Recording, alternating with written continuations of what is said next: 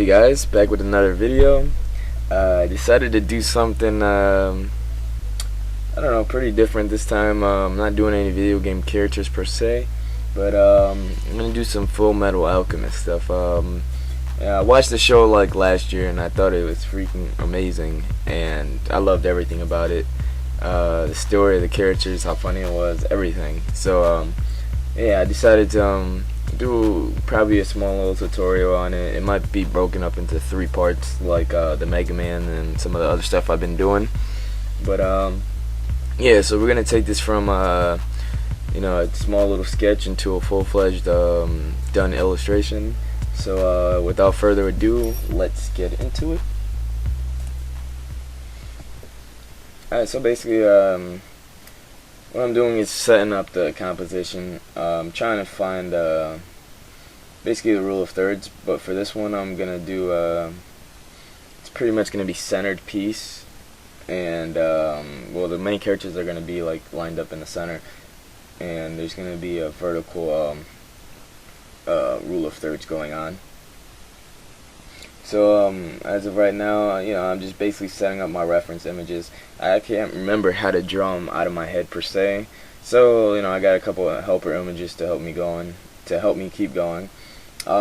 It's always good to have references. I don't know, a lot of people feel, I guess, ashamed to use them, or they feel like it's cheating, and in a sense it isn't cheating at all. You're basically just using your tools to help you out. And that's the good thing about Photoshop. It's one big tool. So right now, you know, I'm trying to get down this basic, his basic stance. I'm using a pretty big brush, not extremely big, but just enough so it's like I'm not bogged down by details. I'm just getting out his stance and not having to worry about anything else. And I know my canvas is gonna be a little bit bigger or taller in a sense. So what I had done basically was use a crop tool and just made it a bit taller in height.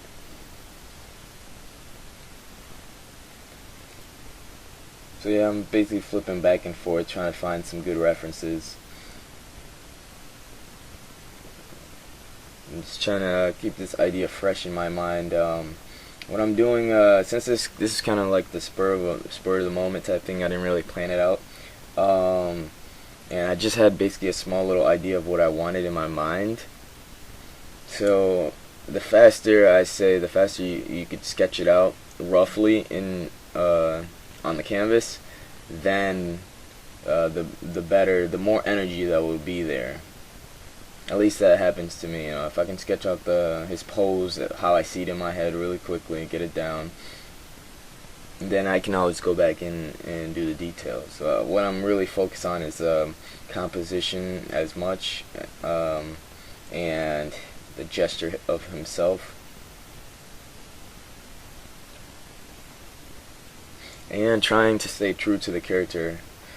Sometimes it's kind of hard to emulate some of these characters just because it's kind of they're drawn in an anime style, which is nothing wrong with that, but it's a little different from the way I do things, so I kind of have to incorporate both ways of doing it.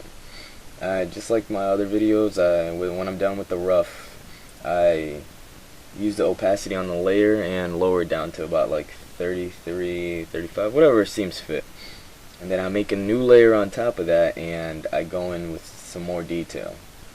I always try to start with the face, just because I believe the face is the determining factor of just about your whole image.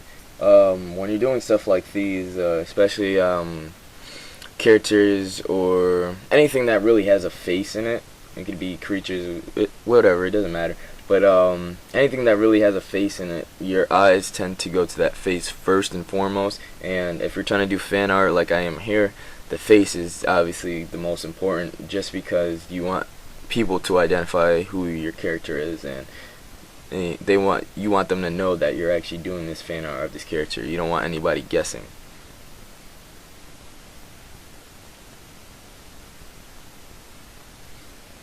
So I'm going in, adding in his hair. His hair is very iconic. It's kind of like this spiky thing that's going on. And just to let you guys know, I'm using more than one image. I'm also using a dual screen, so I have another image on another screen that you're not looking at or you're not seeing at the moment. So the way I'm drawing this character is gonna differ from a little bit from the references that you're seeing right now. I'm really just trying to put myself in that world while looking at these reference images and thinking of what he would be doing as I'm drawing.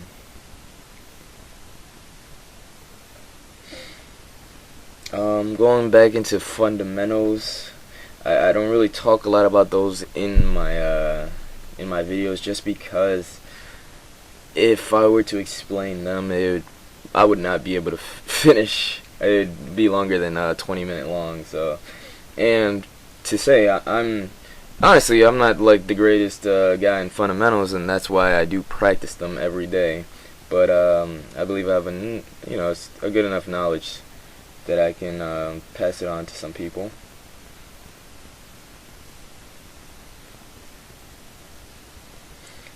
So I'm trying to think about like the design of this character, like how his hands are gonna be, what he's gonna be doing. I try to keep these things in the back of my mind.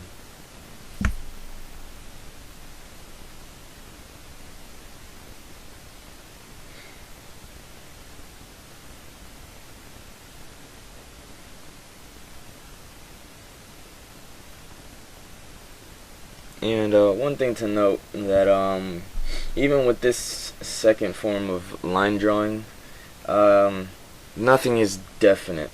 It is just more purely for detail, but that doesn't mean it's not going to get changed later on. So, right now, when you're doing the early steps, try not to invest yourself too much into it unless you're really going for a detailed line sketch. But if that's not the idea that you're going for, then don't be afraid to make mistakes, erase, or don't not how would I say, detail the parts so much. Don't be afraid to like change things up. You'll notice that once you let go of that kind of ego of, man, I gotta make this perfect, that everything seems to flow a lot more smoothly, and I'll say in general, you might feel even more confident in what you're doing just because you're not committed 100% to this has to look perfect, Don't be afraid to explore and try new things. So right now, I'm always thinking about planes and keeping things 3D or making them look 3D, line width.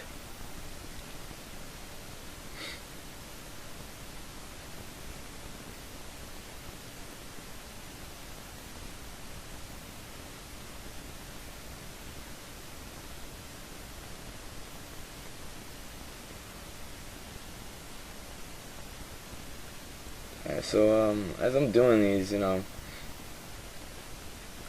really just trying to get the feel for everything.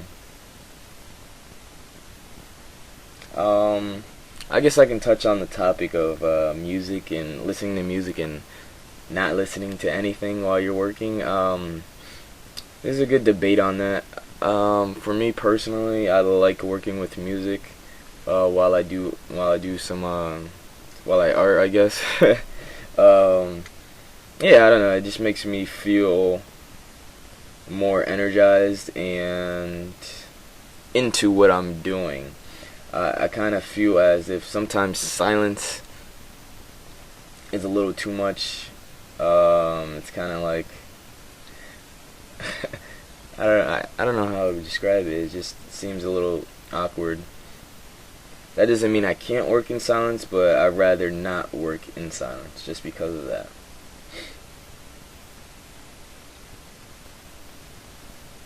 And another thing, sometimes I tend to find myself talking to myself just because of I like to keep things fresh in my mind. So if I'm like, okay, maybe he has a metal plate here, you know, and the light's gonna be shining off the armor like this. You know, sometimes I say that to myself just to keep, you know, my head in that zone or that state.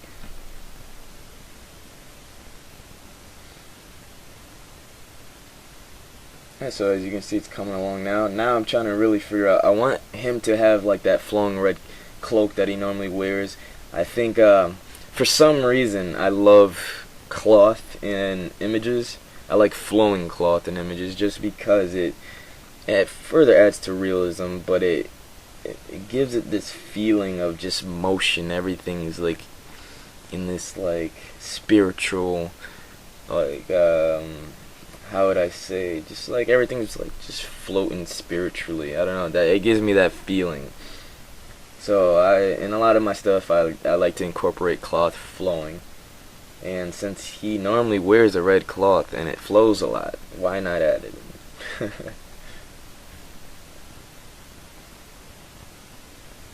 Alright, also in this, I would like to get to you guys that in this part of the video we're just gonna get done with the line work. We're gonna go over the steps to that, and then in the other ones we're gonna start color, and then the last one's gonna be also finalizing the image.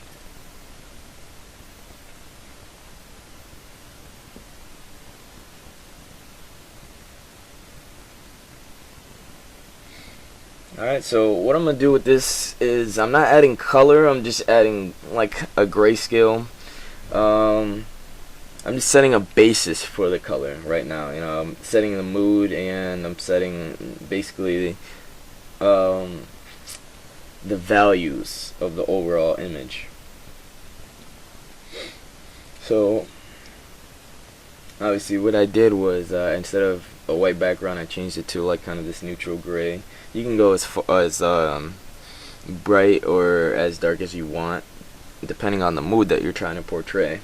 But I'm gonna go with this neutral gray for now. So and then on this next layer, I'm trying to envision how his brother's gonna look. It's really scratchy. At this point, I didn't really have an idea of how his armor looked. I'm just laying down the composition, how he's gonna be like standing over his brother. You know, the main image is gonna be centered on you know, his brother with the cloak. I'm sorry, I can't remember their names right now. And you know, then your eye's gonna travel up, and then you're gonna see the Fullmetal brother. I'm really horrible with names, by the way, so yeah. But if you guys are fans of the show, you should know who these characters are. I am a fan of the show, but I haven't watched it in a while, so bear with me.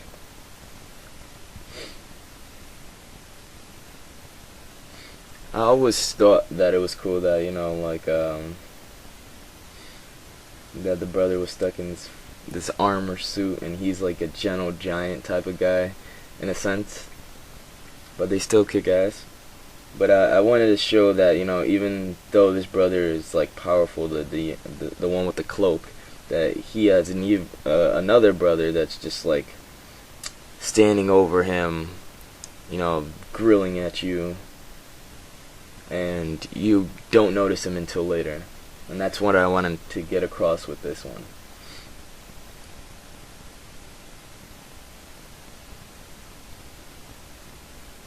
So as you can see, I'm using basically the same technique as I did to do the line art for the first guy. Not staying committed truly to anything, but since the metal guy is a little bit more complicated in the structure, I'm trying to get it down just a tad bit so I can understand his forms and his fixtures.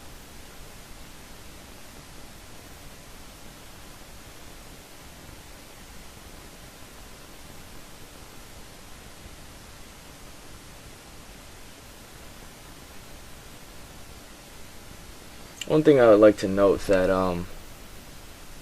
when you're doing drawings or anything in particularly on Photoshop, it's not really about the brushes per se. You can do anything with any type of brush, But once you do find a good brush that you like to use, then it just feels good. And I just started using this brush the other day, and I like the feeling of it. It kind of gives me this like pencil feeling with some good pressure sensitivity. So yeah, so when you guys are trying to, just messing around in Photoshop or anything, just, play around with different brushes, see what you like, see what you can save, see what you can use for later, and see what's good for different materials. Just play around in Photoshop, really get a feel for the program itself. If you become an expert in Photoshop, just like using the tools, then that would just boost your own image is like tenfold. Just because you're good at Photoshop itself. You don't necessarily have to be good at drawing, but if you can use the program, then it will just make your drawings even better. But when I do say that, I say do study up on fundamentals. That's the number one thing.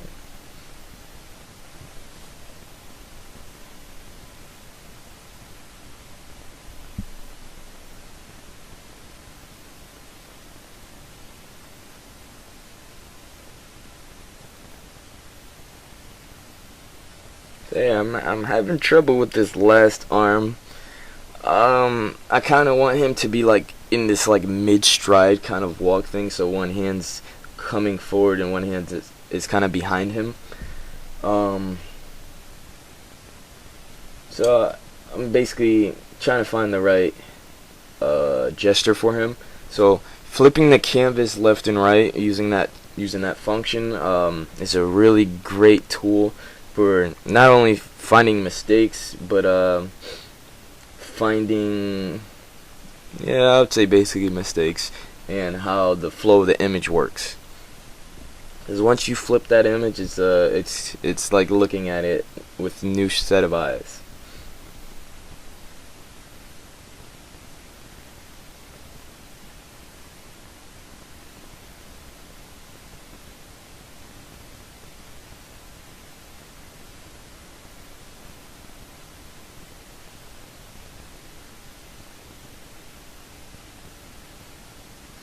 Like I said, these lines that I'm doing now are definitely going to get painted over. They serve as a guide to the actual image, but they're most likely going to get painted over and adjusted and, moved around as the painting comes to fruition.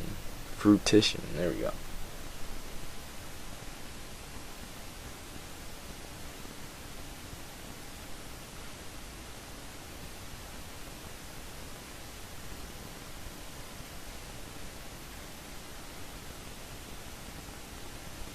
Alright, so we're coming pretty close to the end of this video. First of all, I'd like to thank you guys for coming by, stopping, and taking a look. Hopefully, you've learned something, and if you didn't, just keep watching. You might be able to find something that might interest you. Another thing, be on the lookout for part 2. This video should be coming soon. It's going to be covering color and basically color and getting close to the final image, and then there should be a part 3 if anything. Also, if you like my work, don't forget to subscribe and to check out my Tumblr. It's sidemessiaharts.tumblr.com. If you guys have a Tumblr, don't be afraid to follow me. You can do the same. But yeah, thank you for coming, and I hope you guys had a good day.